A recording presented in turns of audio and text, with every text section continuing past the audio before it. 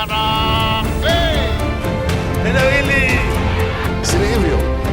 ni matatu. Ladies and gentlemen, good evening and welcome back to our channel once again. There is something I've consistently reminded you about on this platform. Allow me to remind you once again that in politics, nothing happens out of mere coincidence, and that everything in politics is normally well planned, well scripted, and executed to achieve a specific political objective. Nothing in politics just happen for the sake of it. Earlier today, these images emerged online. One from Wiper and another one from DCP. Let me go through the one from Wiper. Kajiado Meet the People tour. They were expected in Basel, Kajiado West. All the other principals. Clearly, one man was omitted from that photo. Fred Okengo Matiangi. The intention of this was to send a message. Let us go to the second one. The second one is from DCP. Main photos is Kalonzo and Rigathi Gachagua.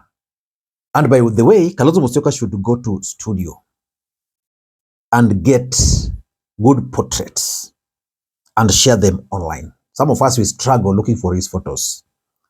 Then down here, these other guys. Again, Fred Matiangi was missing in action. The truth of the matter is that the main objectives of those two banners were to send a message to Fred Matiangi that he has been kicked out of the united opposition. And later, while in Kajiado, Rigathi Gachagua really attacked Fred Matiangi. Listen in to Rigathi Gachagua, because in this video, I want us to understand why they've decided to kick Fred Matiangi out of the united opposition. This afternoon, I'll be in Bisil in Kajiado Central. Monday will be in Kitui. The other week will be everywhere. Getting elected as president is about political mobilization. Many people may want to spend a lot of time in hotels and boardrooms discussing theories. I am a very experienced politician who have delivered 2 presidents to this country. And I know how to make a president. There is no president you'll make in a boardroom. Presidents are made in the field. There are 5 options on how you get elected as an MCA, MP, senator, governor, or president. Option number 1, ground. Option number 2, ground. Option number 3, ground. Option number 4, ground. Option number 5, ground. There is no other formula. Unajua mimi naona watu wako na mastori mingi. Ati unafikiri ukiweka picha ya mtu ate kwa social media he can be president. Ati unaweka picha the 6th. That cannot make you president. You must go out there and mobilize numbers. And you must inspire the people of Kenya. If they admire you, you must translate that admiration to votes. And Fred Matiangi, who was in Nakuru, also responded to that attacks by Rigathi Gachagua. Listening to Fred Matiangi. So I wouldn't jump at things or make conclusions or speak about this or that. The arguments you see are actually good if you look at them from a positive point of view. Just imagine we were in a country where the thinking of one person rules the day and is the way everyone goes. Fortunately, and thank God, we chose democracy, and because we are a democratic environment, no leader can choose a party for another leader. And no leader can choose a leader for the people of Kenya. So it's a democratic process that is going on. It will get us time to get there, all of us, but we will get there. I mean, have no fear at all. I have faith, I'm confident we will get there. And we will deal with this with the requisite maturity, the requisite discipline, sense of restraint, and respect for each other's opinions. Because that is the only way we are going to build Kenya. But before we get into the final details of this story, in case you are watching this channel for the first time, please click that subscribe button. And I want to ask the Lee gang, do not pass this video without pressing the thumbs up button. Ladies and gentlemen, allow me to go straight to my points. Why I strongly believe these guys decided to kick Matiangi out of the united opposition. Number one, and this is the main thing, is Uhuru Kenyatta factor. It was expected that there was no way Uhuru Kenyatta and Rigathi Gachagua were going to work as a team. Anybody who expected Rigathi and Uhuru to work together in 2027 should actually go for medical checkup. Uhuru Kenyatta has never forgiven Rigathi Gachagua for what Rigathi Gachagua did when he was the deputy president. He believes that Rigathi went personal. Then Rigathi fell out with Ruto. The thing is, Uhuru is waiting to serve revenge. And there is the aspect of Mount Kenya politics there. With Matiangi inside united opposition, Uhuru Kenyatta was going to easily regain in Mount Kenya.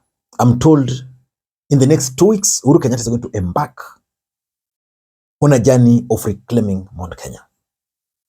So there was no way Rigathi was going to allow him, because Rigathi wants to control his own party, his own MPs, senators, and governors. Uhuru is coming with Matiangi to spoil. So the best thing, let us keep Matiangi off.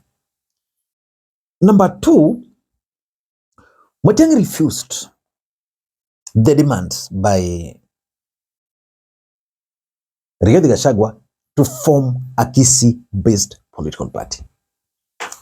In fact, Matiangi had the option of going for UPA party. That party is associated with him. Already it has a governor, several MCS. But he would have been easily branded a tribal leader. He would have easily fell for the trap of Rigathi Gachagua. Because according to Rigathi Gachagua, he doesn't have any respect for Matiangi. He believes that Matiangi cannot even bring 1.1 million votes. So by joining Jubilee, what Matiangi has done is not thrown Rigathi Gachagua into confusion. Because right now you can't quantify the support Rigathi has in Mount Kenya. You can't quantify the support Uhuru has in Mount Kenya. You can't quantify how Rigathi can actually perform in Mount Kenya. Let us conduct a quick poll. And this poll, I want those from the mountain to answer it.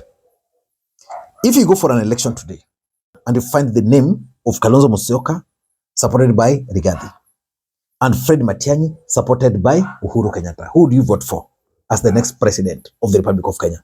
Let us answer that question very quickly, because it's going to help us moving forward. Number three, these guys have disagreed bitterly over the criteria for picking the presidential candidate. If you listened to that speech by Rigathi Gachagua, he was alluding to the fact that if Matiangi knows that he's popular, he cannot just sit there. The truth is, statistically, if any opinion poll is conducted, Matiangi is ahead of this group. But those are scientific. There's the perceived numbers of votes. Matiangi coming from Kisii, Rigathi coming from Mount Kenya, Kalonzo coming from Kabani. So which formula were they going to use? These are the guys who wanted each party, each individual to come with their tribe, wakae chini. So Kikuyus wapewe Rigathi, Kambas wapewe Kalonzo, Western Eugene ama anatembea, Nyanza Matiangi. But Nyanza now confined to Kisii. That was going to disadvantage Matiangi. And lastly, this camp, just like I had predicted, has been infiltrated. And because of that infiltration, it became easy for William Ruto to push the agenda of having Matiangi run under Jubilee. He also was able to persuade the other opposition, that is Matiangi, that is Rigathi and Kalonzo Musyoka, that Uhuru wants to force this guy called Matiangi. So mistrust started kicking in. And matters were made worse by Uhuru Kenyatta's allies. That is Jeremiah Kioni and Wambungu Ngunjiri. When these guys then joined Matiangi and they started attacking Rigathi, so many questions were asked. Even me, if I were Kalonzo or Rigathi, I would question how Wambungu Ngunjiri and Jeremiah Kioni would get the guts to attack core principles and then go back and sit in a strategy meeting with the other camp. It's not possible. I don't know what you think. That's my take. Until next time, this is Makwiny. And by the way, my next video, which is coming up, for those who will be able to watch, I want to talk about the ODM at 10 anniversary. Until next time, this is Makwiny. Bye-bye.